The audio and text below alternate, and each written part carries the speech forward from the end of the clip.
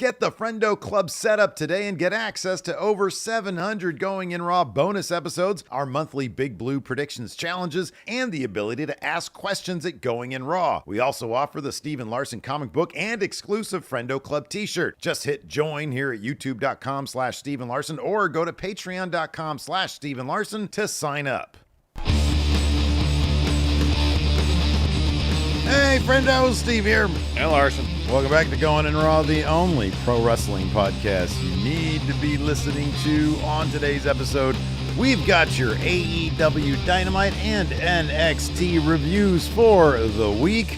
And, you know, man, Thursdays is quickly becoming one of my favorite episodes of the week, Larson. I used to dread it because I'd have to talk about the two wrestling shows that I kind of, you know, it's like, these are fine.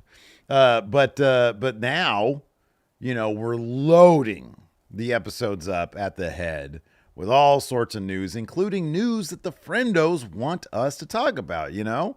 Things that might have slipped through our proverbial cracks, Larson. Yeah. So I'm excited to talk about that stuff. And Did you say this first. Slip through our cracks? Yeah. Yeah. The cracks of Going In Raw, of which there are probably many, Larson. Well, that we can agree on, yes. Where would you like to start today, old friend? Let's start with this one. So, Saraya is apparently finished with AEW. Yes. So, during a recent appearance on Busted Open Radio, she explained why she decided to part ways with promotion, saying the following: these transcripts come to you from Wrestling Inc. Quote, when it came into AEW, the thing that I wanted to do was just help build stuff. I wouldn't be the top dog or the face or anything. That's not what I wanted. What I wanted to do was put girls over if that helped them in any way. That's all I wanted to do, and I feel like I was coming to the end of that. There wasn't much left I could do. I don't think there was a place for me anymore in there. Tony Khan, was really great. He was like, he's been so supportive since I asked for time off in November. I've been gone a minute. And I was just like, well, there's really no place for me here anymore. So yeah, we came to that decision. I'm happy about it. And he wished me luck and everything, and the door is always open. But yeah, it's nice to it's scary, but I'm exploring everything else outside of wrestling. So if we rewind a couple days ago, on the Hall of Fame podcast, that's Booker T's show. Mm-hmm. Yeah, man. Saraya talked about the possibility of doing something with WWE. These transcripts are from Fightful. She said the following, quote, yeah, so I love WWE. I don't have any negative feelings towards them. I mean, they raised me. They saved me a lot. I just appreciate them so much, and the idea of going somewhere else was only because of the potential of my brother being there. That was like a big thing. I just wanted him to be a success in wrestling, you know? I love WWE, and I would absolutely, if there's something that they needed from me, which was exciting, I would definitely go there. Yeah, absolutely. It'd be silly not to. If there's an opportunity to do something fun, hell yeah, I'll jump on board. All right, so when can we expect Paige to return to WWE? Do you think there's room for her there? Do you think it's something they'd be interested in, given the nature of the stories they're telling right now? Do you think it's something that, you know, from the outside looking in, obviously, does it seem, okay, so like the flip side is, dude, she used to be associated with Del Rio, right? We know for a fact that ain't never going to happen, him going to WWE. But with Paige, maybe, yes, no, I what do you think? There's a chance. You know, I didn't necessarily feel like there was any sort of issues regarding, you know, she was hurt. She retired. You know, on the episode of Raw, I believe, she said, I can't wrestle anymore because of the neck injury. She managed to recuperate to a degree where she could. She was cleared, but even when she went to AEW, at the time when she returned, she was like, I don't know how much of this I could do. I'm going to take it slow. And that seemed to be the tack they were taking in AEW is, you know, we're going to feature her to some degree, but it never really felt like she was positioned as really, in any sort of protracted amount, a main eventer in the women's division in AEW. And if her idea going there was, I want to go there, help get some women over, be involved in some storylines, but I want to be like featured. Well, that's kind of how it played out. As far as interest from WWE, I wouldn't be surprised. You know, I don't know in what capacity, if she returned, on a part-time schedule to wrestle. She was a GM in WWE for a while and did a great job at that. So I don't know. I wouldn't be surprised if she ended up back there at all. Yeah, so she debuted in AEW in November of 2022. Mm-hmm. And in the time she had 28 matches, Mm-hmm. which, it's not like she had only 3, Yeah. So she had, a decent amount of matches there, most of which were tag matches. But she had a fair number of, and of course, she won the title there for a brief period of first all time. in London, yeah. Yeah. So, I mean, in the end, I don't know. I don't think her legacy necessarily is going to be a strong one during her time in AEW because exactly what you said. She showed up, it was kind of a big deal for a moment, and then that quickly faded away. She was featured on Rampage a lot by the time Rampage really was kind of a nothing show. And so, yeah, I don't know, in the end what her legacy is going to be. If WWE wants to capitalize on, the value of her name, of her brand, if they feel like there is value there, then absolutely I could see them bringing her back in some way, shape, or form. Mm-hmm. I don't know, exactly what that would be. It did seem, I mean, yeah, she had 28 matches, but I legitimately don't know if there is a difference in the level of clearance between the two companies, if, what the medical criteria exactly would be, if she'd be interested in wrestling there. But I don't know, man. I mean, if she comes back into the fold in any way, shape, or form, it'd be kind of interesting. But I really doubt it would be a situation where she'd come back in like a major way and be winning titles, this, that, and the other. I don't think it'd be like a CM Punk type situation for sure. Probably not. But yeah, I don't know. It kind of interesting. Like, it was a big deal. AEW is also recently, or allegedly, or whatever the deal is, like Mina Shirakawa seems like she's going to be signing with the company. She's going to be, it's been reported anyways that she's going to be spending a lot of time in the U.S. and she'll be with AEW, which is a great pickup for them. Mm-hmm. And they made some pretty decent move in their women's division. They seem to understand like how big of a deal Toni Storm is to the company because she's been main eventing segments and shows lately. So, So yeah, I don't know. I mean, it's cool that it's amicable and everything. She has a new book out, so cool for her, I guess. And a podcast, apparently. Yeah, everybody's got podcasts these days, man. It's kind of easy to start a podcast. Like, it doesn't take much to start a podcast these days. No, it's pretty easy. It's pretty simple. Pretty easy. Yeah. News of other departures elsewhere. Fightful Select reported earlier this week that TNA let go several employees this week, including, shockingly, TNA Hall of Famer Gail Kim, who was working in talent relations. So in a subsequent report, Fightful noted that they had heard from more than a dozen TNA talents. They were upset about Gail Kim being apparently fired, with one noting that Kim's departure would lead them to not re-sign with the company. Yeah, I mean, this is apparently she was crazy. really, she was backstage in Fightful's report, at times bumping heads with executives over a variety of things. It seemed like. Well, she was trying to, the way it was framed in the article is she's trying to make the show better. Yeah. And once Scott D'Amore left, she was trying to get more opportunities for the Knockouts division. Mm-hmm. I mean, that was one thing that Scott D'Amore was really good, was pretty good at. Yeah. Was really good about that. Yeah. Equity amongst the various divisions. And so, yeah, but this is crazy because like everybody has, I mean, even us, like on the far outside, I don't even watch TNA much, but like, I don't know. It's crazy because she seemed to be somebody you would really, really want on your team. So, yeah, no, that's crazy. Sean here in the article says there were others that told Fightful they were scared for their jobs. And yeah, the bit about her bumping heads was at least one person said they actually weren't surprised because Gail Kim has been very outspoken creatively and would sometimes butt heads with people in control. Another person indicated that, but said that's what you want out of a person in her position, someone who will advocate for a better show. Mm-hmm. I mean,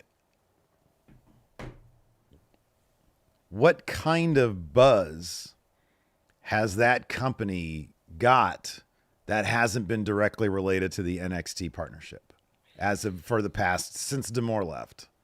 Well, I mean, I will say this. When they were doing the rebrand back to TNA, I believe that just was preceded Scott D'Amore's departure.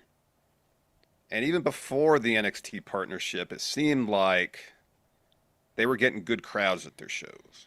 Yeah. If you go back to like, I don't know, or like, was it early 2024 when they did the rebrand? I think it was. You know, by that summer, they were getting good crowds. We had Werewolf Ed Edwards on TV. You're obsessed, bro. You're obsessed with me. I got to get you a shirt. I got to see if that guy has a shirt that I can get you. Werewolf Ed Edwards. Just Yeah, such man. an out of left field idea for It's pretty damn funny. a wrestling company to do. They seem to have some buzz going their way at points last year. You know, and I don't know. I mean, like letting Scott D'Amore go was a head scratching move. It's one of those things where it's like, you know, between that and like, I don't know, like the whole Tessa thing, which according to, who is this? I can't source that. So, but you know, bringing Tessa on and seeing the reaction that she gets. And it's like, is that really what you want for your company? Exactly. That's been the bizarre history of TNA though. It really it's like, has been. They'll do something cool and it's like one step forward, two steps back. Exactly. And it's just it's crazy to try to make heads or tails out of what's going on and what traditionally has gone on there. It's not like it's been the same person doing this. It's something involving the TNA brand name. It's, as you said, it's one step forward, two steps back. Every time it seems like they're making strides, they shoot themselves in the foot in some capacity. Yeah. And it's just something with TNA, regardless of the management there. Yeah. I mean, look, for all we know, it's going to lead to a renaissance era for TNA. I don't know. But I've always heard nothing but good things about Gail Kim. And, you know, AEW has some momentum when it comes to their women's division. It wouldn't, and I think that would be true of any of their divisions. To bring on a name like Gail Kim, you would think would be a positive one, just given her reputation. But yeah, it's interesting to see, you know, talent just say straight up, because we heard that about Scott D'Amore too. Is, you know, people were like, man, what the hell is going on here? That was our guy. I don't know if I want to come back to this place. And now the same thing with Gail Kim. So I don't know. You know, apparently, well, I mean, on the other hand, I did see that, I think according to Fightful, Tommy Dreamer is still going to have a heavy hand in creative Larson. All right. So that's good. Oh, man. Let's see here. Also, an old favorite of ours, Cedric Alexander, might want to be hurting some people. And I say that because he wants to be in the Hurt Syndicate. So during last night's Dynamite, MVP mentioned that Hurt Syndicate was looking to potentially add a fourth member. And during an interview with Chris Van Vliet, former Hurt Business member Cedric Alexander stated that he's interested in rejoining his former stablemates in AEW, saying, 100%, that's a big chapter of my career that I really felt was never fully explored. And I think it'll be great to finish that out. Given that they're currently in a storyline where they're trying to bring in MJF as their fourth man, how likely is it you think we'd see Cedric Alexander? Oh, 100%. I think it's happening. Do you think that what they're doing now is a direct line to Cedric Alexander? Yeah, I do. Because obviously MVP is the one who wanted to bring MJF in, as we saw last night. Lashley, Shelton, not as keen on the idea. And if it's a situation where maybe, you know, MVP says, all right, let's table talk of this for now. Let's focus defending these tag titles against Bill and Brian Keith. You know, that may be, I don't know how much time's left in Cedric's non-compete. But yeah, I imagine once those 90 days are up, we're going to see, I would imagine it might be a situation where Lashley and Shelton be like, hey, MVP, we found our fourth dude, Cedric Alexander. I'd love to see it. I have no idea if that's sort of what they're doing right now, but and it's funny because like Cedric saying this, if they were like still in WWE and he was on the outside of WWE potentially to come back, he wouldn't be saying this stuff. But with AEW, like I think MVP talked about the idea of them coming into AEW and then it happened. Yeah.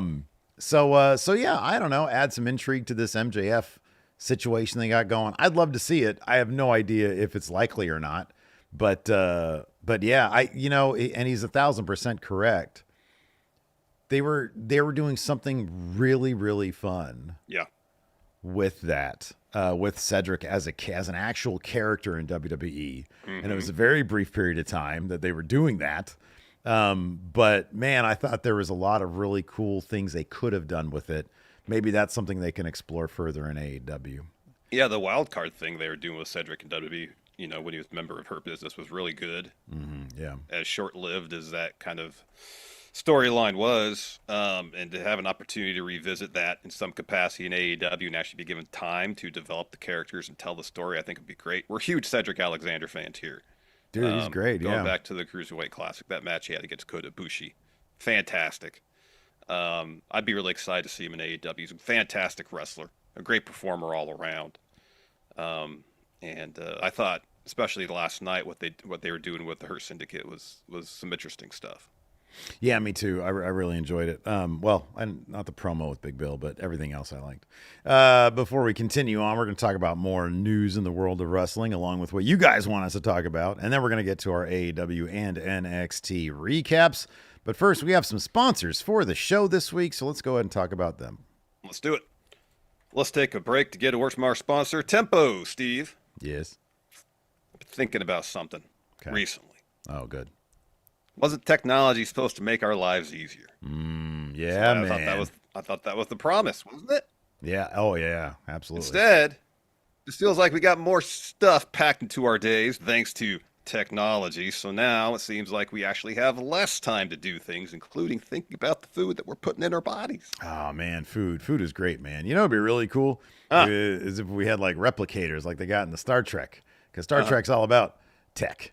But we don't have replicators, though, yet, Larson. But one thing we do have is Tempo. Tempo is a weekly delivery service that allows you to select from over 20 mindful meal choices that are crafted to cook in just 3 minutes. And they're delivered fresh right to your door. Tempo's dietitian-approved menu takes all the guesswork out of eating well. They've got new recipes each week, like roasted garlic filet mignon and barbecue pulled pork and farro bowls that are made with real nutrient-rich ingredients, which make it easy to keep up with your healthy lifestyle. And Tempo has a variety of meals tailored to your dietary preferences. And for a limited time, Tempo is offering Going In Raw listeners 60% off your first box. Go to tempomeals.com/raw. That's tempomeals.com/raw for 60% off your first box. tempomeals.com/raw. Rules and restrictions may apply. And let's get a word from our sponsor, Mint Mobile, Steve. Yes. We've known each other a long time, right? Probably way too long. I think you know me pretty well. Pretty darn well. At this point, you're well aware that I don't like being separated from my money. That's true. Unfortunately for me, traditional big wireless companies seem to enjoy separating me from my money. And I gotta say, that after all these years, I've gotten fed up with the huge wireless bills, the bogus fees, and the free perks that actually cost me more money in the long run. Oh, big wireless. You got Larson going again, man. Listen, man, it might be time for you to say goodbye to those massive monthly wireless bills and make the switch to Mint Mobile. Get yourself 3 months of premium wireless service for $15 a month. All Mint Mobile plans come with high-speed data and unlimited talks and text delivered on the nation's largest 5G network. Plus, you can bring your own phone and keep your existing phone number and contacts. Larson, stick it to Big Wireless and ditch your overpriced wireless and get 3 months of premium wireless service from Mint Mobile for $15 a month. So if you like your money, Mint Mobile is for you. Shop plans at mintmobile.com/raw. That's mintmobile.com/raw. Upfront payment of $45 for a 3-month 5 GB plan required is equivalent to $15 a month. New customer offer for first 3 months only, then full price plan options are available. Taxes and fees are extra. See Mint Mobile for details. All right, man. Let's continue on with what the people want us to talk about. Actually, this one, I think this is Steve. This is what you want to talk about. God, family, cope, right? Oh, yeah, absolutely. And I can't wait. Now, somebody actually did. Nash Kell here in our in the post here said the Cope interview where he talked about his recent booking. Now, I was hoping to be like, yeah, man, why would they have proceeded? This is what Cope should have said in this interview with TV Insider. which is the most like 90s name for an outlet that I could think of. Yeah, I know. It's like the competitor to TV Guide. Yeah, exactly. And so, if this guy had said anything that wasn't, yeah, Tony should have main evented, me and Mox should have gone on first or strict in the mid card. Why would they have, why do we have to follow those three amazing matches that came before us? But now he talked about the bit with Spike, the hardcore match thing that they had. Yeah. And this is his response to the criticism of Jon Moxley being suplexed on a bed of nails, basically. He says, I look at wrestling as a variety show. That means you bring a lot of different things to the table with that. There could be some comedy, straight up wrestling, hardcore matches. That's always been the case. It's also not really out of the ballpark what Moxley and I do every once in a while. Think about me and Mick Foley. I'm sure there are a lot of people who are disturbed by that too. There are a lot of people who enjoy horror movies. There are people who enjoy rom-coms. I think wrestling can bring all that to the table. That's what AEW does. I also feel like AEW is not afraid to take some risks. For a lack of a better analogy, we're kind of a bit punk rock. It's not always going to be pretty. It's an alternative. It's something different. I think if you look throughout the history of the company, it's not something new. Darby Allin's falling off ladders and glass and thumbtacks. It's always been there to an extent. Let's also face it. If you have two wrestlers coming out to wrestle a technical match every match, that can get pretty boring. Was he taking a shot at himself there for the Revolution match with that technical line? I don't know. Maybe. I mean, the hardcore match was a lot more fun than the pay-per-view match. Oh, yeah, wildly. But I do appreciate this, though. He says AEW's punk rock. I'm like, dude, come on. Why wouldn't he call... Hold on a second. Why wouldn't he call AEW grunge? That's his thing. His whole thing is grunge guy. He is like #1 grunge fan, yeah. Do you think he knows very many punk rock bands, like actual punk rock bands? You think he's a Minor Threat fan, Larson? I was going to say, do you think he's he's aware of Minor Threat or heard any of their music? Right. Bad Brains. Brains, Probably not. Probably not. Yeah, probably not. But he doesn't have a punk rock podcast. He used to have a live Pearl Jam podcast. He used to have an actual Pearl Jam podcast. But not just any Pearl Jam podcast, about their concerts. It was about the Pearl Jam live experience. He had a niche Pearl Jam podcast. Yeah. If this guy was asked that question that we get asked on the Hot Takes, but the Hot Take. Well, the whole episode would be answering about whether Why Go is better than Even Flow. Yeah, yeah. He'd break down like 100 different live renditions of each. He would do an episode ranking the top 10 best to worst songs on 10, and then he'd do another one ranking the worst songs top 10 on 10. It's just the reverse order. It is. Oh, man. So I don't know. And he talks about match finishes as well. People saying, oh, this guy's probably got all the creative control. He says, I don't factor in where I end up. I always say, where do you need me? You want me to go in this direction? Cool. I'll start putting together some ideas. It's a collaborative effort, but I really enjoy that. I enjoy piecing together stories. Contrary to popular belief, we don't come up with the finishes. I always just ask, where do you need me? Oh, no, that's the same thing. He says, so yeah, basically he's trying to shut down the idea that they have any say. I kind of feel like he goes away, comes back with some ideas, and then the idea is we're going to do these ideas. This is what we're going to do. You think that sit-down interview with him and Dax and them was his idea? I feel like it was Dax's idea. I think it was Dax's idea, because Dax, too. I got this great idea and be chewing up all this scenery just with reactions. Yeah, he probably watched the Severance finale and was like, oh, man, I want to do something that deep.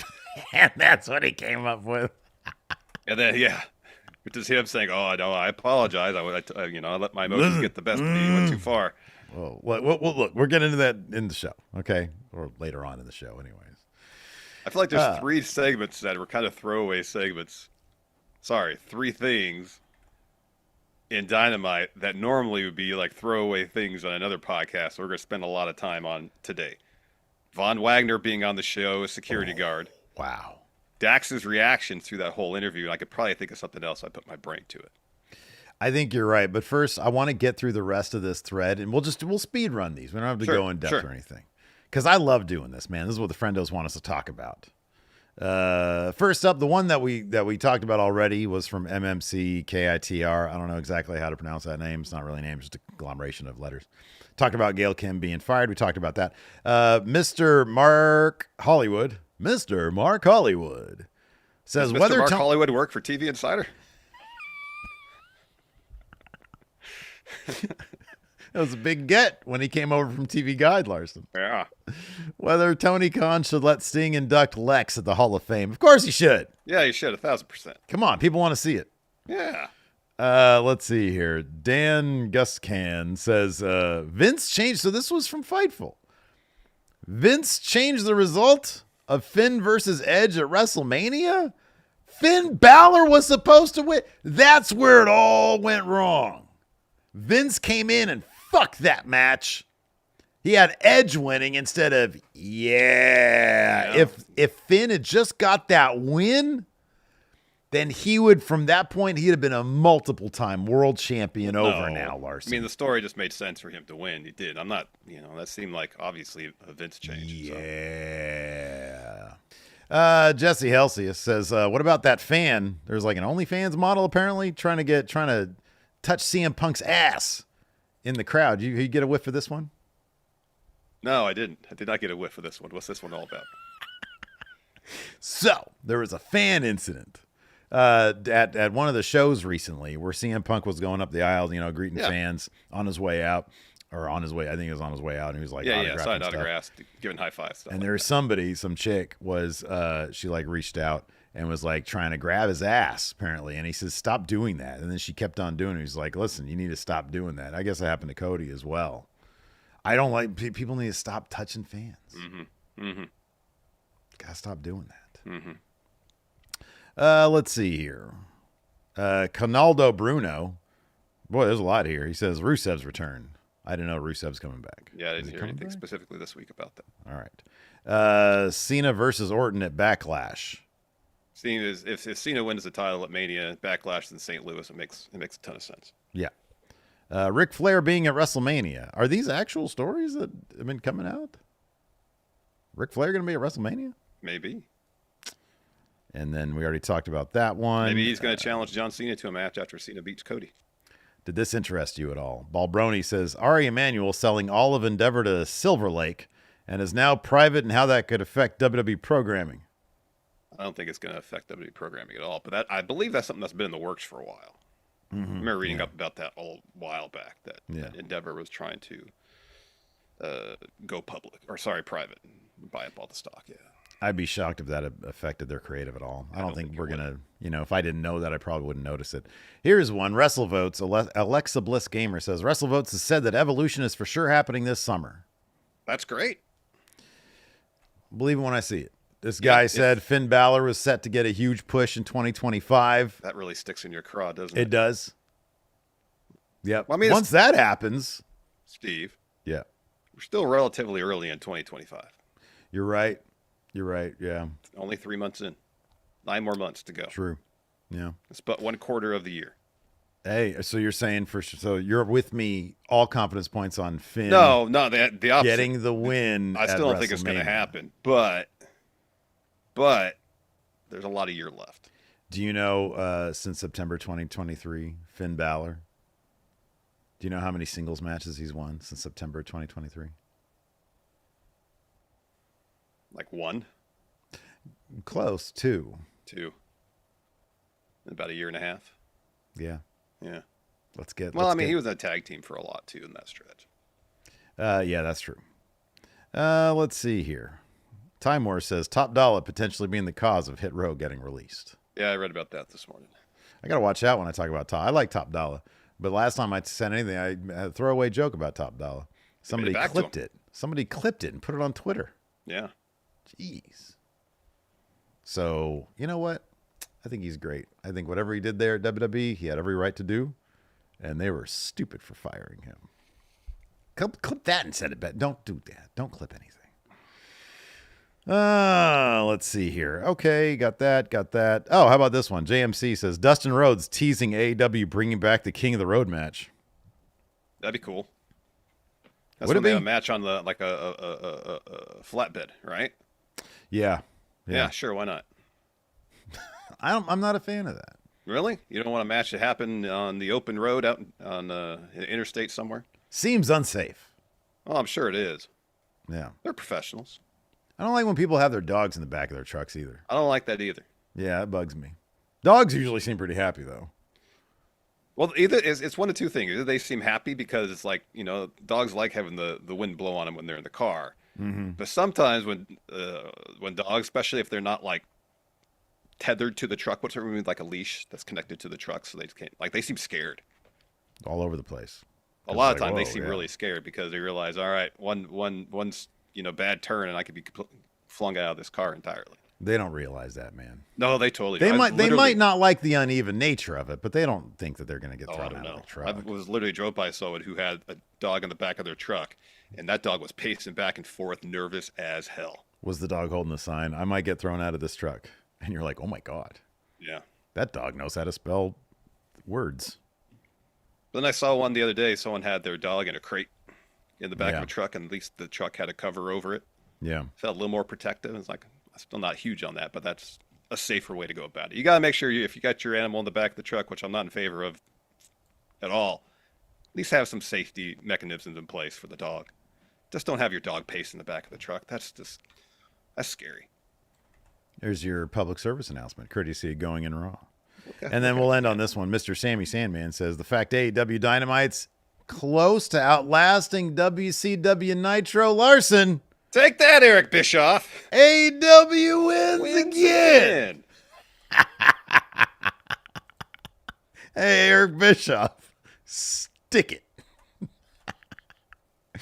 Oh, man. AEW's back, baby. Swerve calling out Mox. Let's talk about AEW Dynamite this week, man. That was a fun episode. I thought there was a lot to like, yeah. I thought what they're doing here with Swerve and Mox is interesting. Where Swerve is pretty much stepping up to Mox, and like everybody who what you thought you were, what everybody thought John Moxley was. Well, I'm that now. Yeah, I'm the ace of AEW. I'm the one that embodies the spirit of what AEW is and should be. You come out here, Mox, and say, "Oh, you're super dangerous and super violent." I am violent, and he says, you keep on playing the role of John Moxley, which is apparently a reference to a line that Mox delivered to John Cena years back. Yeah, no, I like that. Everything Swerve touches turns to gold, man. Yep. And this is the first feud in this entire thing that actually makes sense. Because it's the first one that Mox actually kind of seems like, a little bit, he's on his back foot. In terms of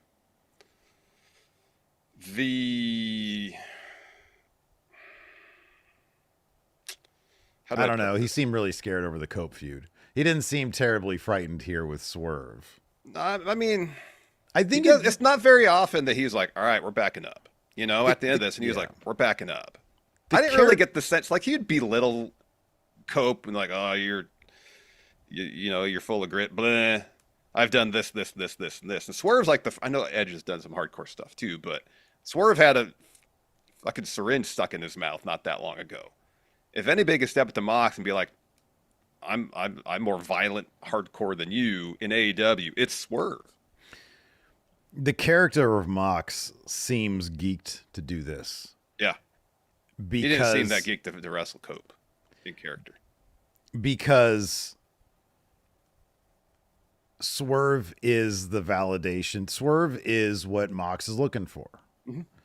And that's what makes this interesting.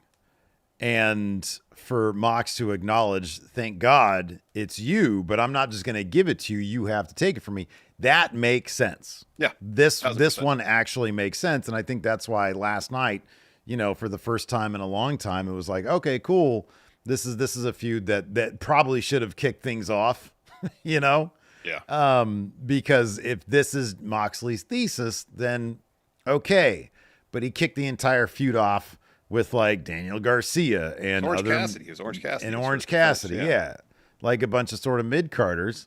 And it didn't make a whole ton of sense. And they had that big fatal four-way. I was like, why is he even doing this? And so it got muddied immediately. Mm-hmm. This is the kind of thing where it's like, this makes sense because Mox is looking for the heir apparent. Yep. And so, and then you add like, what Swerve can do, what we know he can do on the creative end of things, what we've called Swerve Island before. And yeah, he's thinking in the same mindset as Moxley, as Moxley's trying to think ahead of people. And so Swerve does the same thing. If it's Willow, who's got Marina's number, then that's sort of how it plays off. And Mox is like, okay, I do have to tread a little bit more carefully here. So yeah, I think it's a much more interesting feud because it actually makes sense as opposed to pretty much anything the Death Riders has done to this point. Yeah. It's just a shame that it had to take this long to get to this point, but this feels like an actual main event thing. We're also getting a Death Riders versus Rated FTR trios match at Dynasty. Ago. Well, a month ago, Cope was trying to get that title off of Mox. Yeah, I know. I mean, the course of that story, like you have a main event, a collision or something where you have that Rated FTR going after the trios titles against. Well, my question is there any chance at Dynasty the Death Riders lose all the gold and attaché case? Well, I don't think as much as I want it to happen, would love for it to happen, I don't think Swerve's beating Mox. It'd be kind of a weird story in reverse situation if that Rated FTR at this point beat Death Riders for the trios title. I feel like it'd feel like a consolation prize. After we saw what we saw last night, I feel like the story is going to be still Dax and Cope not being able to get along. Yeah, because none of that's been resolved. Yeah. I think Swerve would be a terrific choice, but absolutely.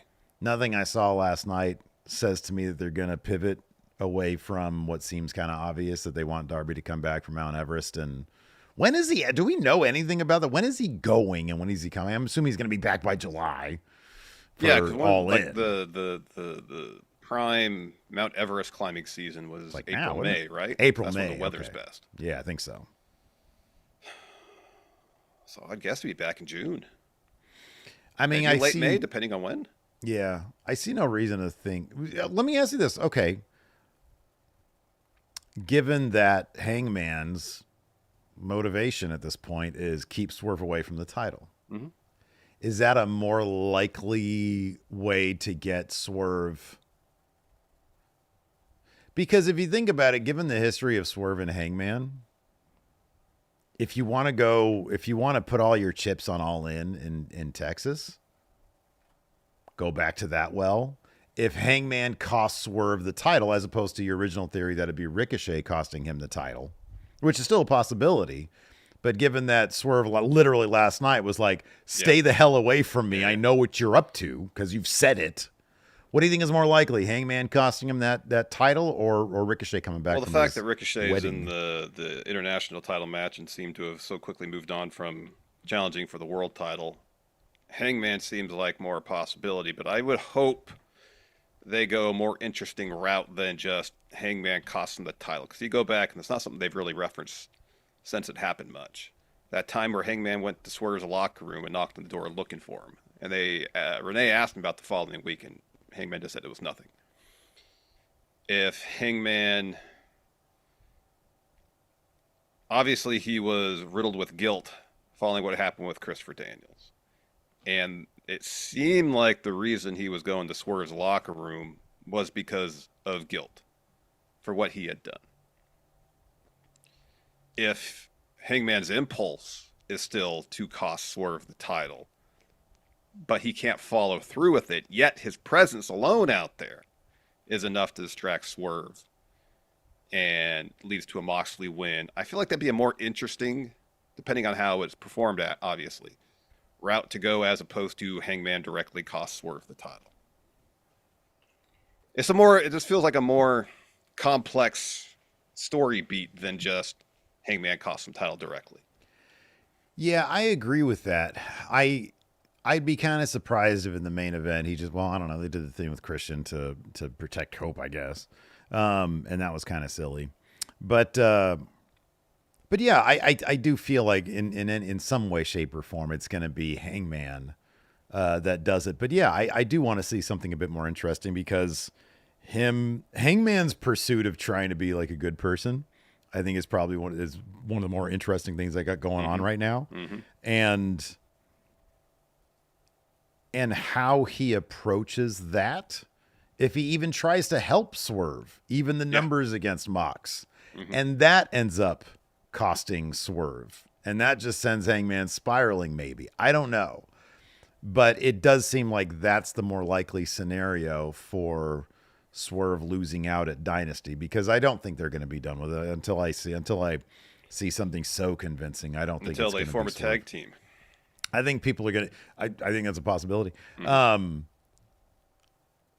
I think at Dynasty people are gonna they got to tread kind of lightly, because they got some positive. They do have some positive buzz going for them these days, because they'll throw out a turd Dynamite here and there, but by and large the TV's been pretty decent. And I feel like the emphasis lately on the stories they're telling has been pretty solid. They've pivoted with the Death Riders thing, so it's not sucking up so much of the show and kind of this languishing. Yeah. I wish they would do more to flesh out Megan Bane's character, but in terms of the booking of her as a huge threat, I think they've done a really good job. I think that what you just said, I think that's fine for now. I think I kind of feel like it works in her favor. She's I can see that perspective too. I can definitely see that too.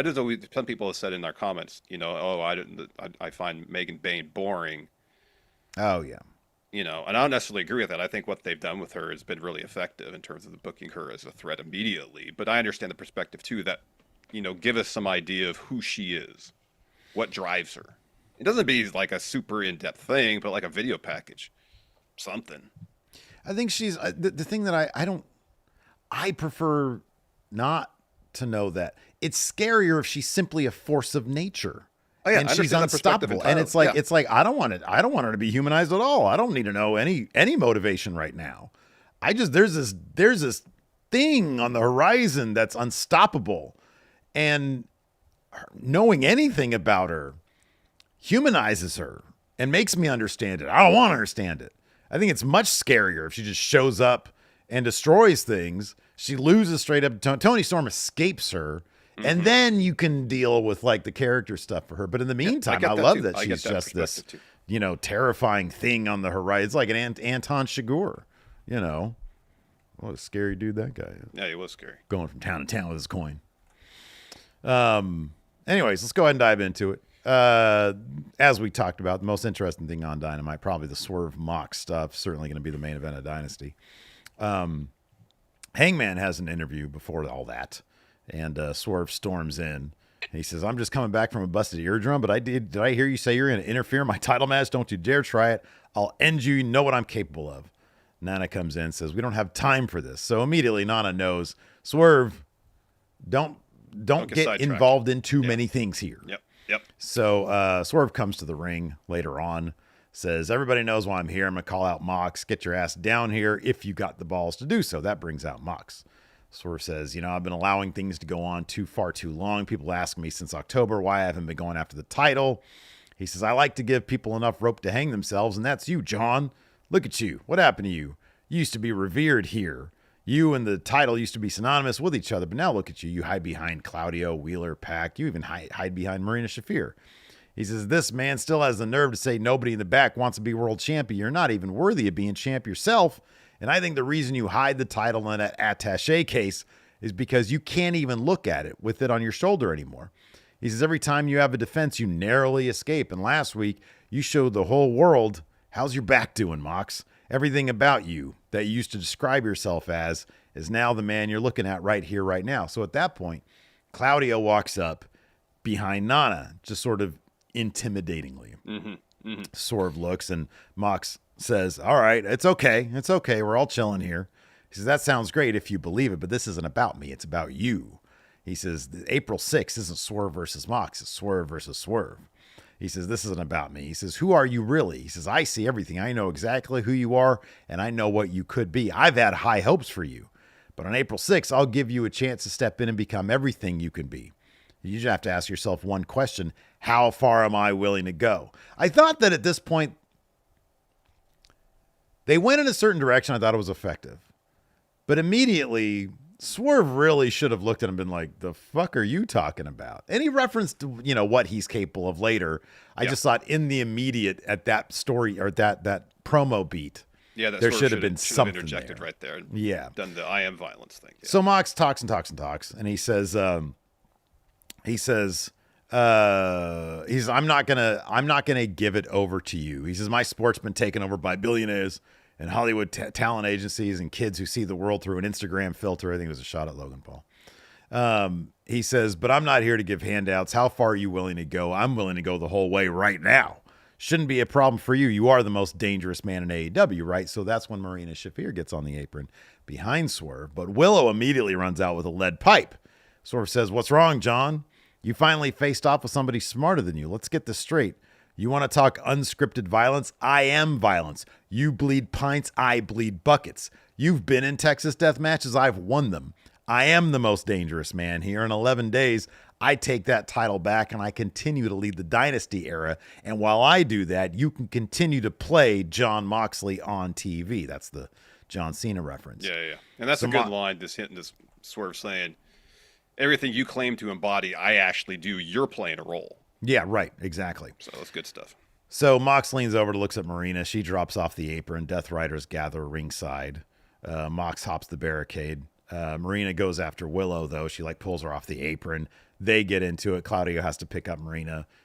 They beat feet. They get out of there. And, Willow's trying her best to get at Marina. Is that when, no, Von Wagner was a different one. That was the Haas stuff. We'll talk about Von Wagner here in a moment, Lars. We will. Before that, though, let's talk about the main event and what led up to it. So we get a Tony Storm and Thunder Rosa interview where Renee mentions they haven't teamed together in 3 years. Thunderstorm. Remember Thunderstorm? Mm-hmm. Yeah, man. So Tony says, I remember it well. We were so young, so unafraid. Not much has changed. And Thunder's like, everything's changed. You have changed. You have a butler. I remember last time we teamed, you tried to rub this face paint off my face. And Tony says, oh, we all make mistakes in the heat of passion. And so Thunder says, make no mistake, I want what I never lost, talking about the AEW Women's title. And Tony says, enough of the banter. Megan Bayne, Penelope Ford, you two are about to get double teamed like you've never dreamed. And Thunder Rosa says, tonight the games are over. You're facing off against, before she can say Thunderstorm, Tony says, Thunder Tits. And Thunder says, no, it's Thunderstorm. Tony says, not anymore. Strap yourself in, girls. You're in for a bumpy night. And Renee is just the main event. Trying her damnedest not to just completely lose it. Oh, yeah. That shit was hilarious. That was so good, yeah. Main event match, Tony and Thunder against Megan Bayne, Penelope Ford. Really good match. Megan Bayne pins the champion after hitting her with an F5. So, they've done a great job with Megan Bayne, setting her up as a viable contender for the title immediately. Tony's reactions to Megan, especially she hits that hip attack and celebrates and then turns around and Megan's already up and Tony just completely freaks out. Mm-hmm. Yeah, they've done a hell of a job with it. They've done a really terrific job. And, we've often said the power of debuting somebody in a main event slot and showing how powerful they are against a strong champion. And then, they fall back and they build themselves back up to it. And that's the template they're following right here. And it's a winner. It could be an effective one when done right. Mm-hmm. So MJF gave his answer to MVP last night, and the rest of the Hurt Syndicate didn't really seem that into the idea of MJF joining. So MJF comes to the ring, he's got the card, talks some crap to the crowd, and then says, I've been looking at this card for 2 weeks, I'm ready to give you my answer. Come on out, MVP. So MVP makes his way to the ring. MJF says, MVP, you're a legend. He says, I told myself after what happened between me and Cole, I'd never do friends again. And one thing I learned about you, MVP, is that you don't do friends either. You do business. And now that I've been looking at this card, I've made a decision. And my decision is that I like to be in the business of hurting people. So MJF extends his hand, and MVP hesitates. And then Lashley and Shelton make their entrance. So Lashley steps up to MJF and puts his hand out. You think to shake it. And MJF's like, oh, you want to shake my hand? And Lashley goes, no, give me the card. And so MJF turns to Shelton. Shelton shakes his head at him. No. So Lashley gets the card, rips it. And MVP steps between them and says, hey, we're cool here. We're cool. So MJF backs off and leaves the ring. So this brings out Brian Keith and Big Bill. And Brian Keith says it's true. Hurt people do, in fact, hurt people. But we've got real business to attend to. And so he hands the mic to Bill. MVP goes off on Brian Keith. Yeah, dude, this honestly, so like the MJF stuff, it felt polished. Yeah. I can't the thing that I can't stand is when you have a promo that's like, look, the worst example of this probably was the Edge Ricky Starks one. Yeah. Which Ricky Starks referenced on NXT last night. Yeah, he did. Yeah. Or and Tuesday, sorry. When it is two guys who, like, I don't know, if they're just not on the page and they're trying to get their own shit over, it just doesn't work. It comes off as awkward. Yeah. And that's what this was. And I'll be honest with you, like, I love Big Bill. I think he's great and everything. But having him and Brian Keith be a couple of chumps to the Hurt Syndicate, like, they shouldn't be near the Hurt Syndicate because they're just going to look bad. Hurt they're going to get wrecked. They're going to get wrecked. They're going to destroy it. Yeah. Like, a little bit later on, MVP tried to talk up Big Bill. He's like, hey, we got to figure out this Big Bill thing. But, like, when they're on the mic, it was like, dude, you guys are just, like, stepping over each other to try to call the other person a bitch. And it's like, it's not terribly interesting stuff. It just feels amateurish. Yeah. So that was the back and forth. And earlier in the show, Chris Jericho tells Bill and Keith, you gotta prove yourself to me. You've had opportunities, you failed all the time, so you got to do it. So that inspires Bill and Keith to challenge Lashley and Shelton to a tag title match. And MVP says, well, go beat somebody, and then we can have this conversation. Yeah. So later on, we see the Hurt Syndicate chatting backstage, and Lashley is wondering why, while they are on vacation, Lashley and Shelton, MVP offered MJF a card. And MVP says, well, yeah, you earned some time off. I don't get time off because business never stops. We've been talking about adding a fourth member. I made a move. And Shelton says, we know MJF has a reputation. And Lashley says, yeah, he's not to be trusted. So MVP says, MJF has some reprehensible qualities, and that's what I like. His qualities could be good for our business, but if you don't want him in, I respect our dynamic. We'll revisit this later. Now we got to focus on Bill. The MJF Hurt Syndicate stuff. How does it play out? Ugh.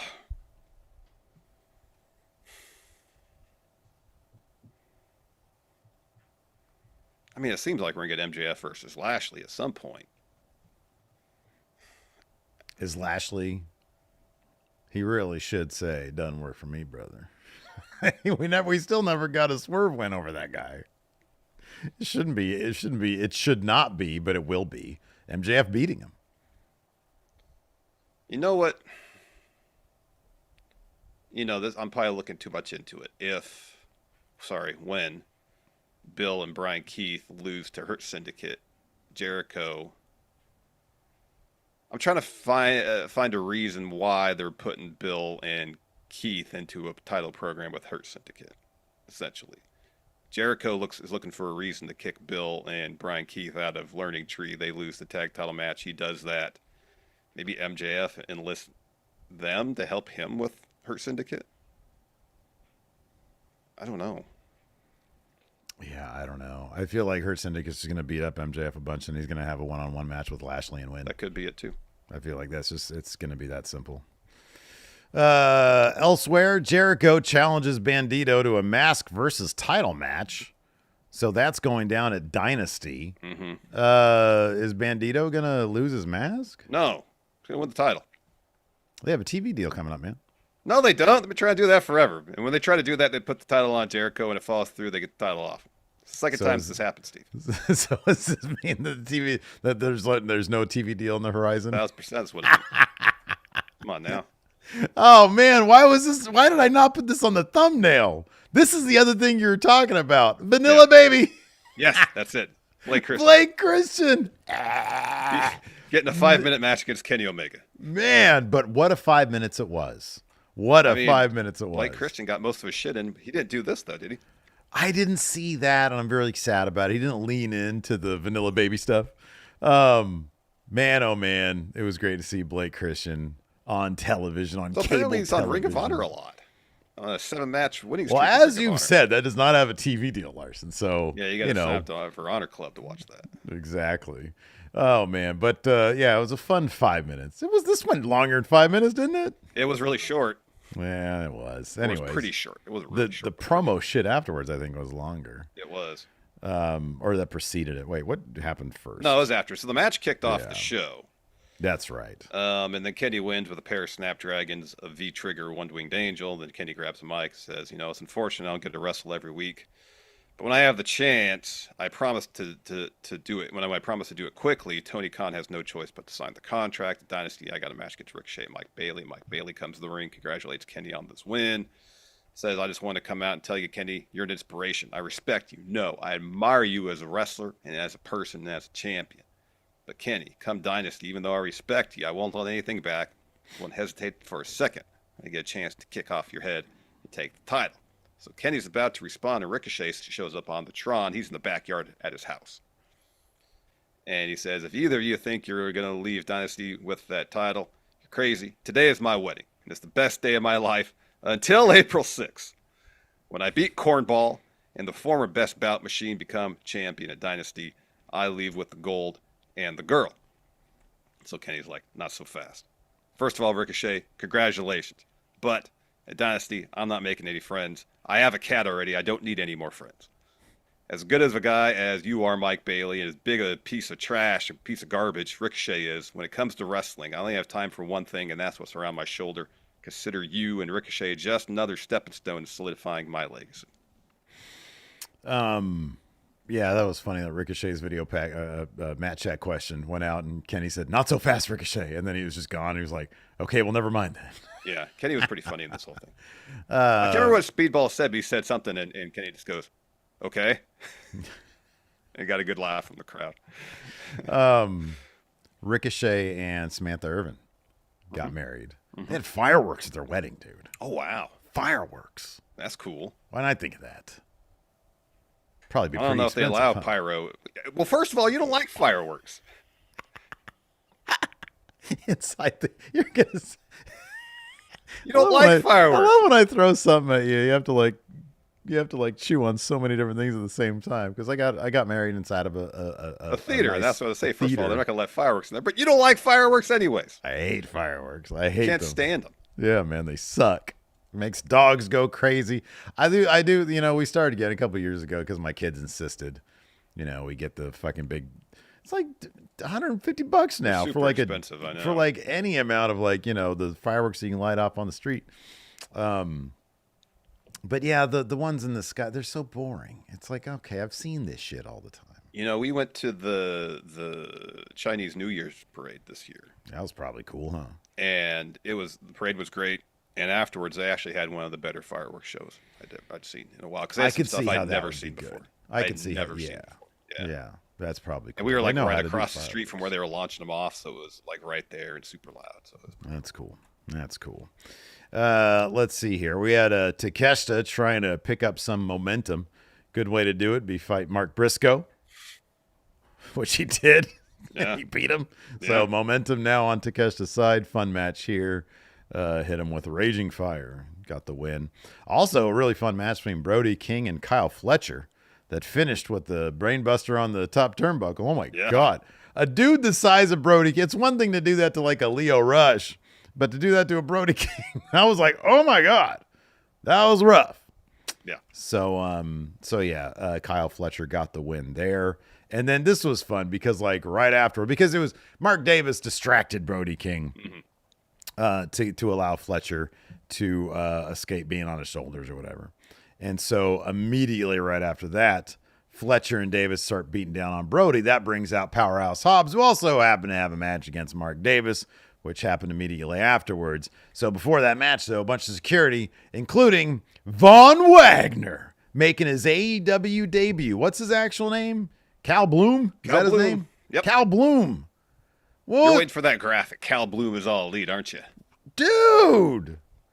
Security? Yeah, don't get your hopes up of him getting. Maybe Cal Bloom in his Ring of Honor. Man. That's the question. If Cal Bloom is in Ring of Honor, are you plopping down your $10 a month for Honor Club to see? Bro, I think I already am. I think I did a long time ago, and I keep on forgetting to cancel my subscription. Well, now you can't if Cal Bloom's going to be in Ring of Honor. I feel like I probably still can. Oh, come on. I thought you were a Cal Bloom fan, Steve. If he's on my cable television, but I'm not going to encourage, nor will I support his placement on Ring of Honor. Get out of here with that. He should be main eventing Dynamites every week. Get out of here. Von Wagner. Come on, man. Let's get the reunion we're all looking forward to. Von Wagner and Kyle O'Reilly. Oh, I thought you meant Stone. Hey, Stone. Now, Stone's in NXT. Yeah. No, I want to see Von Wagner and Kyle O'Reilly training sessions. All right, I've been gone. Let's see what you've been working on. With his AEW security polo on. Yeah, maybe they're going to try to do a similar story they did with Hank Walker in NXT. Starts out security guard and then graduates to wrestler. I fucking hope so, man. Come Wednesday. I have a feeling if Cal Bloom's going to be in the AEW umbrella, it's going to be come Thursday because he's going to be in Ring of Honor. Is that when it airs? Thursday, yeah. Know when it airs. Yeah. Oh, man. So anyways, eventually Mark Davis and Hobbs fight off security, clear the ring, and Hobbs says to Aubrey Edwards, ring the bell, start the match. She does. And then eventually Hobbs gets the win after hitting some clotheslines and a spine buster. Oh, nice. I did cancel it. Cool. All right. Well, so you have to resubscribe, Steve. No way, man. No way. We get a short bit backstage where Joe and Hook are talking, and Joe's like, what was the deal with last week? And Hook's like, I just looking for a little fun. He's an annoying dude, so I was choking him out for fun. So they walk up to Caster. Caster's pitching Top Flight and AR Fox about going solo. Yeah. Because look at my former partner. Where's he? He said he's doing Dick All now. Yeah. And they're like, what is Dick All? So then Joe sneaks up behind Caster and chokes him out. And then he daps up Hook and says, you're right, that is fun. And they chat with Top Flight and AR Fox a little bit, and then they leave. That's fucked up, man. I love Max Caster. I think he's hilarious. Stop chumping him out, dude. Come on. Let's get him that win. Let's go, Max Caster. You need to beat Samoa Joe. How about that one? I got a brand new chant for Max Caster. You got to get the rhythm going, man. The rhythm's no good. So then Jay White has an interview. He declares for the Owens, says, I'm going to be on Collision this Saturday, and if someone thinks they're more deserving of that spot, then come state your case. And right after that, they have an Ospreay video package because Jay apparently has issues with Will Ospreay. Yeah, man. All right, Jay now we White. get to this sit-down interview with Rated FTR. All right, so this was great because this is hilarious. I texted you a picture of this, and I was like, I'm supposed to watch this shit? And you said, I'm not transcribing this shit. So it's Shivani interviewing Rated FTR. And what's his name? Cash Wheeler. Cash is in the middle. He's literally in the middle between Cope and Dax. And Bald FTR, right. And so, I don't know, they're asked about what the hell was that last week, Bald FTR? Here's the deal. I'm just going to say now, okay, to feed my family, okay, let me say this. I'm sorry, Cope. Okay, I'm sorry, Cope. Got to feed my family, and I was a little bit distracted, I think, because we took time out of our schedule 4 months. That we took our eye off the prize tag team title, Cope, and we to help you achieve your dream. We couldn't do our dream, do your dream. And then now, a little bit further, you had 2 opportunities that you couldn't do, didn't do. And so now it's time, and then now you be Cope. He's like, hold on. I didn't ask you to put your dreams on hold. And that's when Dax again goes, no, listen, I know you didn't. Then he says he did, you know. But you kind of did a little bit. I'm sorry you did a little bit. I did 4 months trying to go. We got to go up to Texas. So I think now that all that's done with, we're gonna go after the tag titles now. And then Cash goes, I think we have unfinished business as Rated FTR. How about we go after the trios titles? And Cope's like, let's do it. And the whole time while Cash is saying that, Dax is sitting there doing this. And then it's wild. I sent you the video of this because so they filmed this, I think, in several takes. Probably because it's a lot of stuff there, and you could just see Bald FTR trying to figure out what he's supposed to say. And then they cut to like a wide shot where Cope declares to the camera, like a wider shot, because it's like on the 3 of them, and then it goes to wide so you can see Shivani. Yeah. And so Cope declaratively says to the camera, we're going to go at Dynasty, we're going to challenge for the trios titles. Yeah. But I was focused on Bald FTR because he makes me laugh. And all of a sudden, it was like they were coming out, like they were laughing about something before they said, okay, go. Yeah. because he was like chuckling and he had this weird look on his face. He did. I don't know. It's one of those production things where if you've been paying too close attention like I do and you do, that you notice it. But I don't know. The whole thing was pretty silly. Very silly. It was silly. Dax's overacting was pretty silly. So then later on, we have a Death Riders promo where they say, "Oh, you're not challenging us. We're challenging you to Trios title match." So you can't do that. If you get fired, you can't then say you quit. You know what I mean? It's like one of those things. They've already been challenged. Well, they don't accept rated FTR's challenge. They're issuing their own challenge. Oh, please tell me that's the case, because then hopefully next week on Dynamite we'll get another another sit down. Yeah. Okay, well, hold on a second now. Well, it'll be Dax saying, "Oh, you don't want our challenge? All right, challenge not accepted." Then Cash be like, "Oh no, actually, we accept this challenge." And then Cope be like, "Definitively, yes, you and us versus each other for trios titles at Dynasty."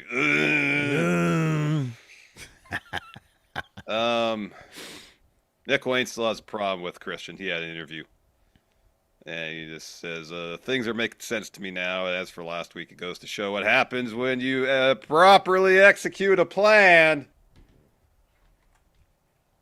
And then Top Flight, they're from the Twin Cities area. Dynamite was in St. Paul last night. They take on Alex Finley and Devo Knight. Dude, what was that like was that like a miscommunication right there? Where which one was it? Who's in Type Flight? Oh, when Darius was going for the backbreaker or whatever, and it looked like his knee gave out? No, it was like he was going for I think one dude thought he was going to get speared or something, but instead he ended up kneeing him in the nuts, giving him a inverted atomic drop or something. Yeah, it was weird. It was right before the finish, and I was like, "Oh my god, that looked awkward as hell." Maybe it was on purpose. I don't know, but it looked weird. Yeah, who knows? Anyways, Dante Martin gets the win after hitting a splash off the top, and that was Dynamite. That was your Dynamite review. NXT, a loaded show as well. I really love both the men's and the women's main event scenes right now are fucking on fire, dude. Let me ask you this, Steve. Yeah. Trick Williams in league with Dark State, yeah? God, I hope not. But I kind of feel like he is. Yeah. Yeah. The last two times Dark State's made an appearance, specifically as it relates to Oba and Javon and Trick, it's always worked out to the benefit, or at least hasn't worked out to... Trick hasn't been attacked by him. Well, let me ask you this then. Let me answer your question with a question. Sure. Does this mean Trick is hanging out for a while in NXT? He's not going to be drafted over if Dark State's going to be his thing. I'm starting to think they're doing a Braun Breaker thing with him, where he has his run as champ, as babyface, turns heel, gets to explore that character, and after that he'll get called up. Like SummerSlam or something, but maybe even after that, dude. Maybe he might be there another year. Yeah, heel that could Trick. be. That could be. Yeah, that could be. Yeah, I don't know. They seem to be teasing that, and I've seen that sentiment in a lot of places, so I could definitely see that. I just, him and Javon Evans and Oba Femi, it just makes for such an interesting dynamic, and they've established all three characters in such a strong way that it adds a lot of intrigue to this. And if you add in Dark State, I think Saquon needs to not let the other three guys talk, though. I think that would probably be wise. He's like, "Hey, what do you think about this?" And then he just pulls the camera away. No, you're not going to talk. Yeah. Because he's got so much charisma, and the other three guys, it seems like they're acting. But I made that reference last week. So yeah, I don't know. Trick leading Dark State, I can see that. Yeah, that'd be cool. I can see that too. So Stephanie Vaquer was kind of the centerpiece of this week's NXT. She opened to close the show with the two title defenses.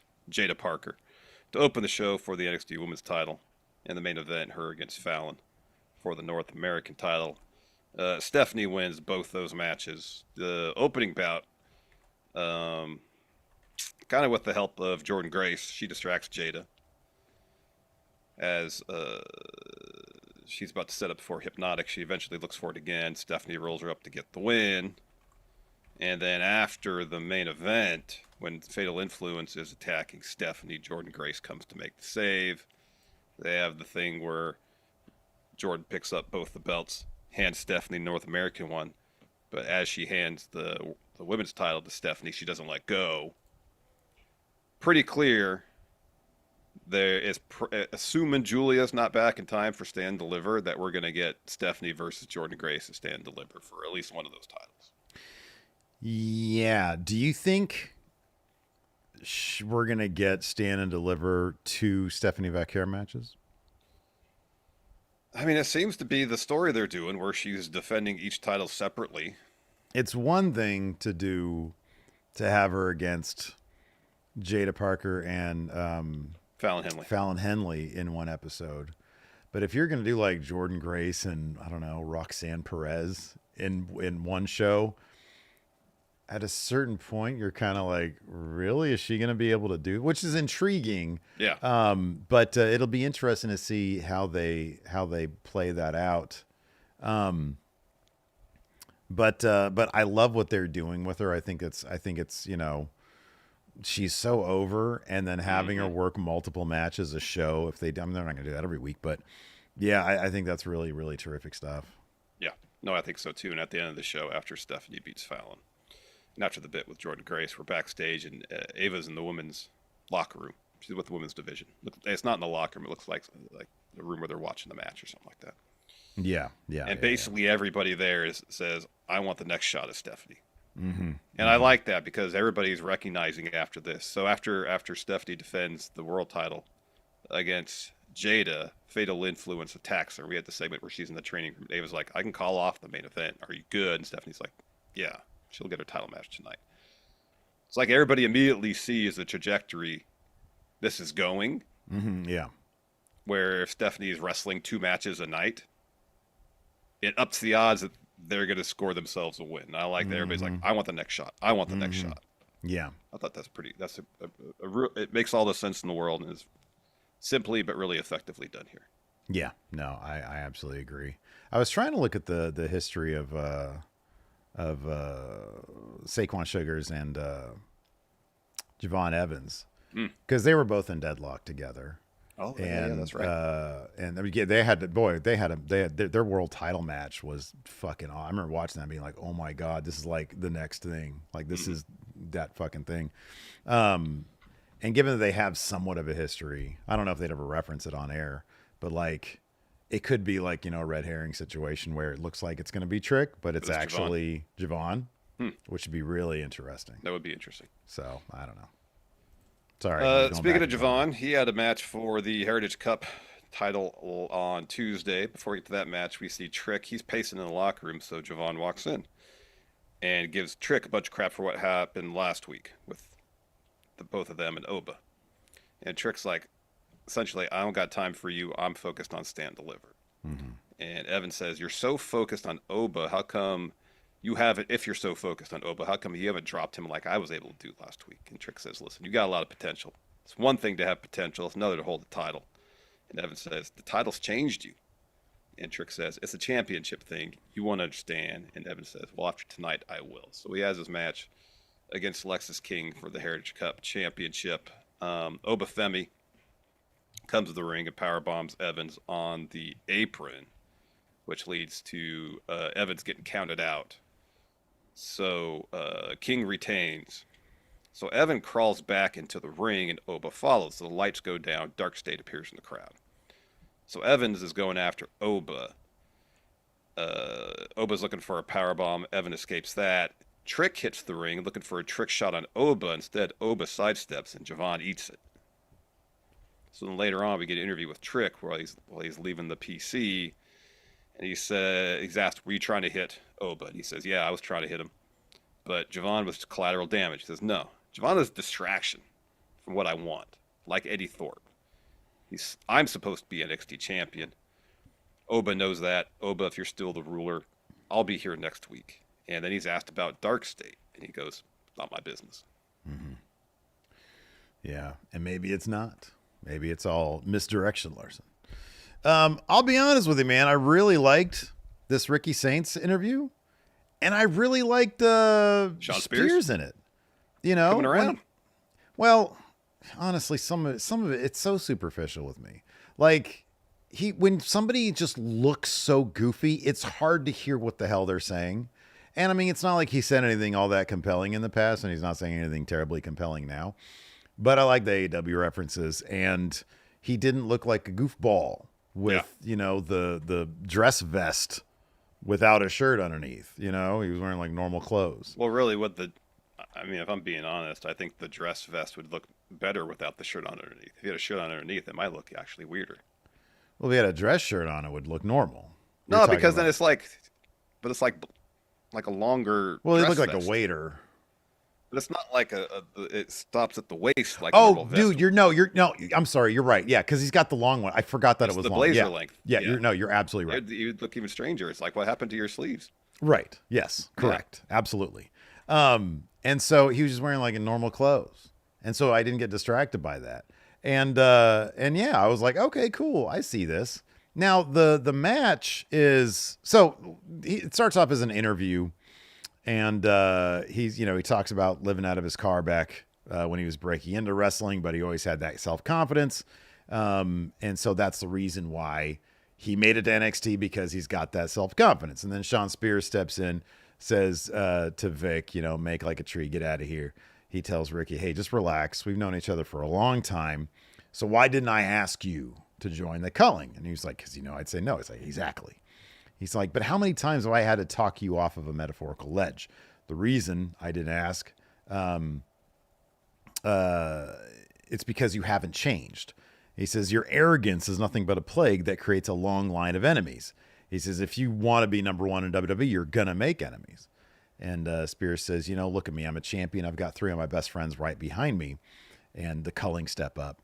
And Saint says, they're the reason that you're champ, and I'm going to beat you for that. And he says, well, if it doesn't work out here, you can always, that's right. You've burnt every bridge that you've had. The match isn't the match like next week? It is next week, yeah. How do you see, is that like a normal episode, or are they going to be in the Performance Center? Or are they on the road? I believe they're going to be the Performance Center normal episode. So they'll probably have a wonky finish to lead to the match. I would think so. Yeah, that makes a bit more sense. Yeah. Because Ethan Page is still obviously in Ricky's orbit too. In fact, Ricky came out for commentary during Page's match against Andre Chase. That was set up earlier backstage when Kale and Uriah, they were watching the end of the interview, and they were like, "Wow, Ricky really is pulling Ethan Page," and Page is right there, so he starts giving him crap. Chase steps up to Page. They argue, and Chase essentially challenges him to a match, and Page just says, we'll see. Well, the match happened.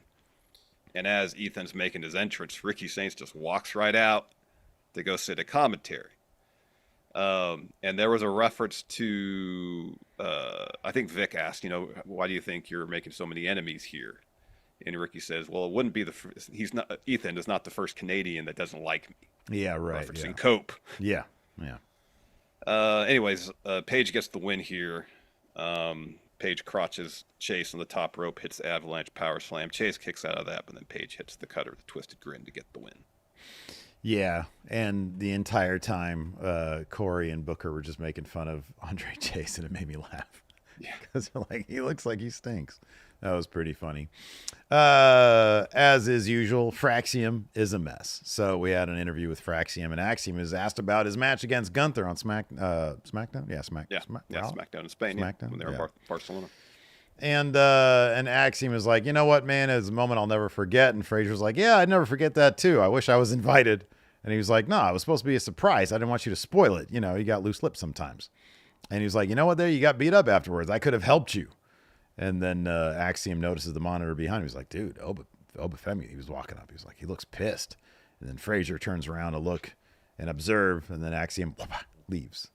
Fraser doesn't notice. Yeah, so. And he turns around and is like, did you see that? So will Stand and Deliver finally be the time they lose those titles, Larson? I mean, is there a tag team that seems like it makes sense for them to beat Fraxium for the title in NXT right now? Hank and Tank, baby. Not Stand and Deliver. Probably they took not. An L on Tuesday. Yeah, despite a pep talk from Motor City Machine Guns. Hank and Tank are backstage hyping themselves up. Motor City Machine Guns, they hype them up too. They make the way out for their match against Tyson and Tyreek. Wesley distracts the ref that allows Tyson and Tyreek to push Hank off the top rope. They get the win after they hit their finisher. So afterwards, Motor City Machine Guns, they're talking to Hank and Tank. And Motor City Machine Guns said, we think you did great. Future champs. but everybody's path is different. It took us, Motor City Machine Guns, a long time to get to WWE. But within a week, we, Motor City Machine Guns, were champs. Most importantly, we, Motor City Machine Guns, never gave up.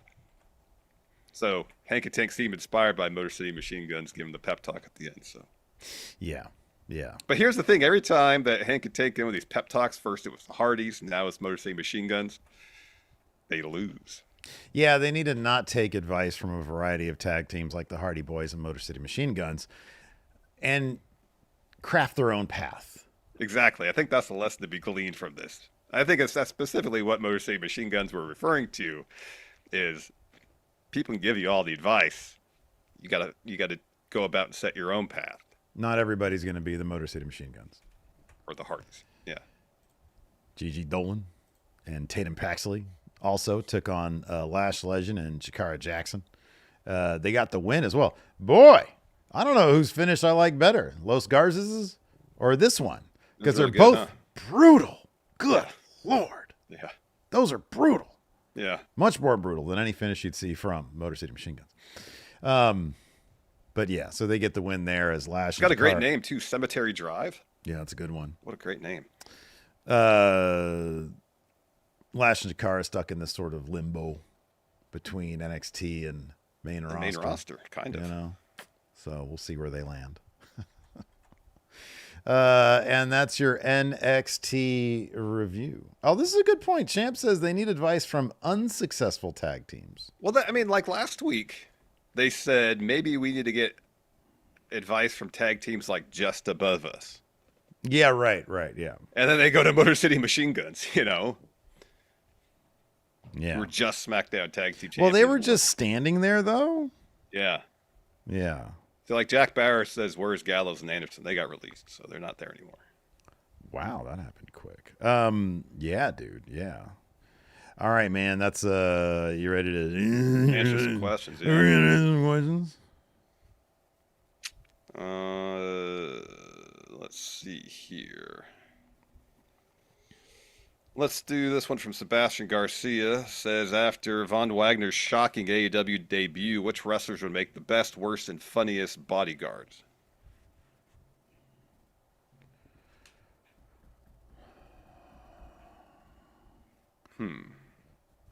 So out of the entire pool, I'd say Logan Paul would probably make a bad bodyguard. Because he rolls with his own entourage. So it'd be a bodyguard that has bodyguards, because he probably has bodyguards.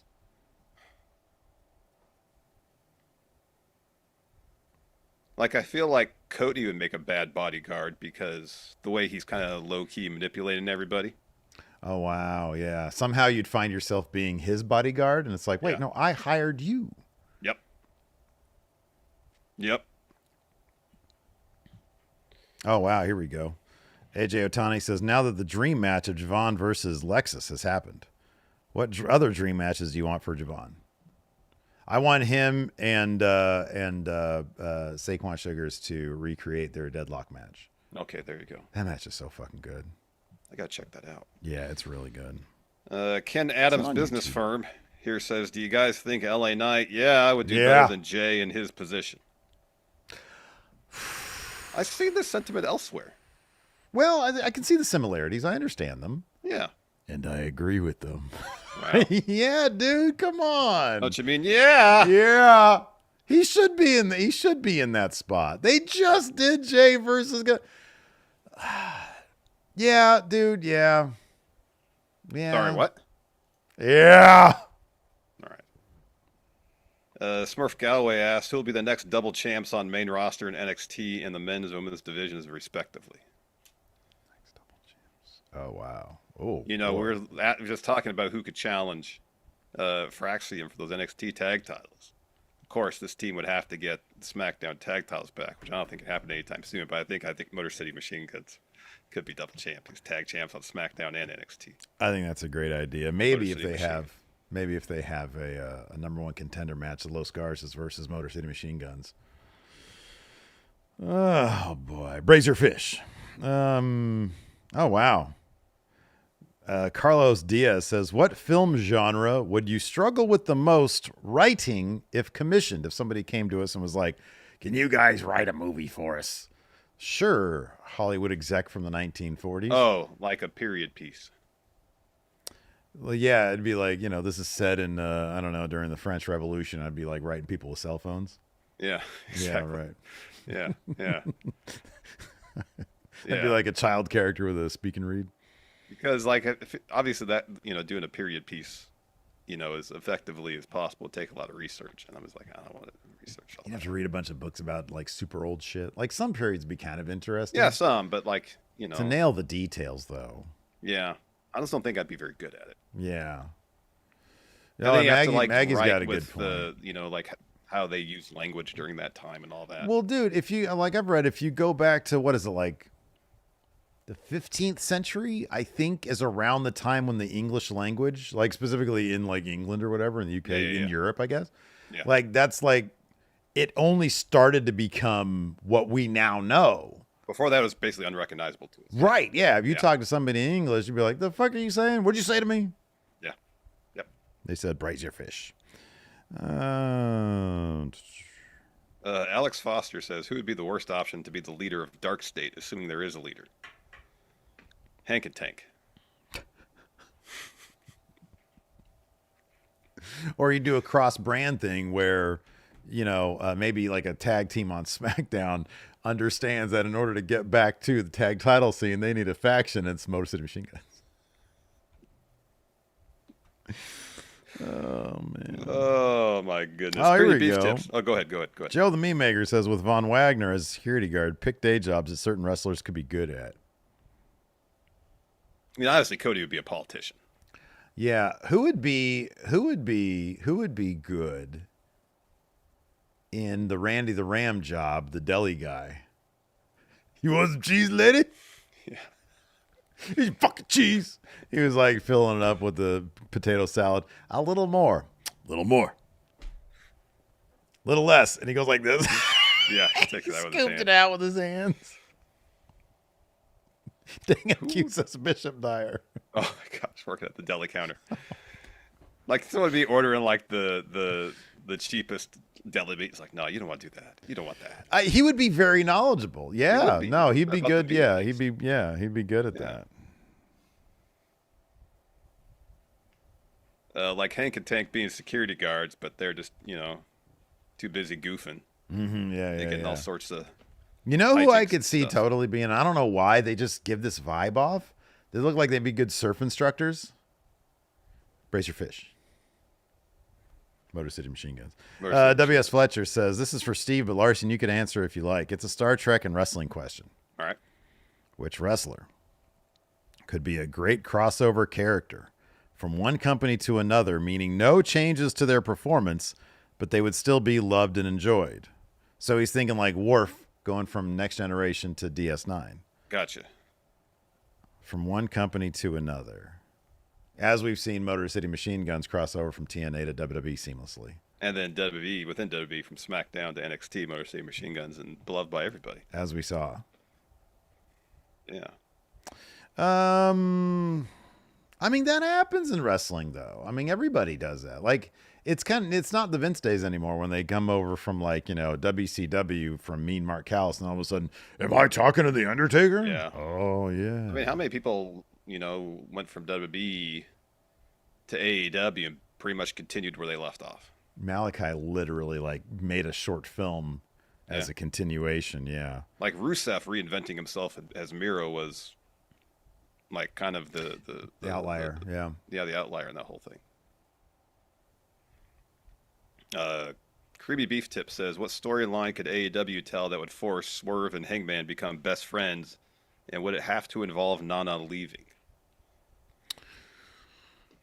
No, I think Nana would be the guy who'd be like, why are you doing this, Swerve? And he's like, I can't help myself. We're bound. We're soulmates.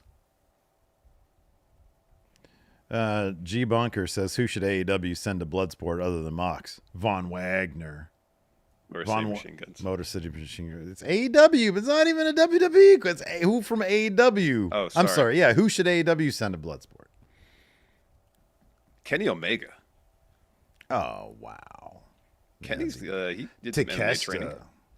Yeah, Takeshita would be good. That'd be good. Yeah, Kenny. I want to see Kenny do some MMA inspired stuff. Nate Cruz. Oh, we kind of answered that. Similar question. Ty Moore here says, if every wrestler in AEW had an innie, whose innie would cause the most trouble for their outie? So in the AEW universe, as we see it on Dynamite, that's their innie, right? Yeah. Oh, I think Ryan K. Lamb might have the right answer. Max Caster. Wow. Yeah. Okay. Yeah. Yeah. Talking a lot of shit. I feel like there's something that could be said about Dax. Mm-hmm. That being his innie. And he's like, oh, I'm going to feed my family. And then on the outside, yeah, I don't know. I'm sure there's something there, but we've been going for an hour and a half now. Turbo McRadface says, you guys are flung through a space-time anomaly after a game of basketball. When you guys come to, you realize you're both front row at Starrcade 99 at the beginning of Sting versus Lex Luger. With your knowledge of the future, do you guys try to stop the next match, which is Goldberg-Bret Hart? If you do, how would you try to stop it? And if you don't try, then why? You have to do something drastic because otherwise the show will just continue. Yeah. So, shit, I don't know. Throw some nacho cheese at Goldberg. It messes up his presentation a little bit. Throws him off a little bit. Or he slips. Oh, yeah. On the nacho cheese and there you injures go. himself. Just throw a banana under him, and it's like cartoonish. He goes, whoop, whoop, whoop, whoop, whoop, whoop. Dunk.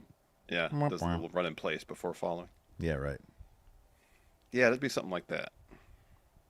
Because nobody's going to believe you like a crazy person if you're like, yeah, he's going to kick you in the head. He's like, yeah, it's wrestling. It's what we do. Yeah, it's like that's... No, but for reals. Well, I mean, Brett, I actually believe that. I think he was already of the opinion that Goldberg was not a safe worker at that point. So, I mean, I don't know where W.S. Fletcher is coming to us from with this, but he says, Sokath, his eyes open, which is a really obscure TNG reference. But on that, we're going to call it a day. All right.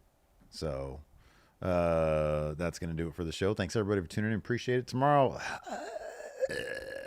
it's the last one. It's the last afternoon SmackDown we got to do for a while. Bollocks. It's the last one. Maybe it'll be a good show. I hope That's so. the thing. It's because like I don't mind Raw as much as SmackDown. It's because SmackDown has been that interesting of late. Something about doing that on a Monday. You know what it is, dude? The Raw, you know what? The Raw bugs me is because at least I know on the SmackDown one, hey, when, you know, it's what time does it finish up? 3, 4 o'clock maybe? Yeah, I'll Then finish it's at 3, I think. Okay, yeah. by the time 5:30 is done, we're done. We're good. Yeah. Our weekend is long. 9:30 or 10, yeah. But with the Raw, it's like it makes Monday so long. It does. Mondays Crazy. feel so much longer. They do. Anyways, that's going to do it for the show. Thanks, everybody, for tuning in. Appreciate it. Till next time.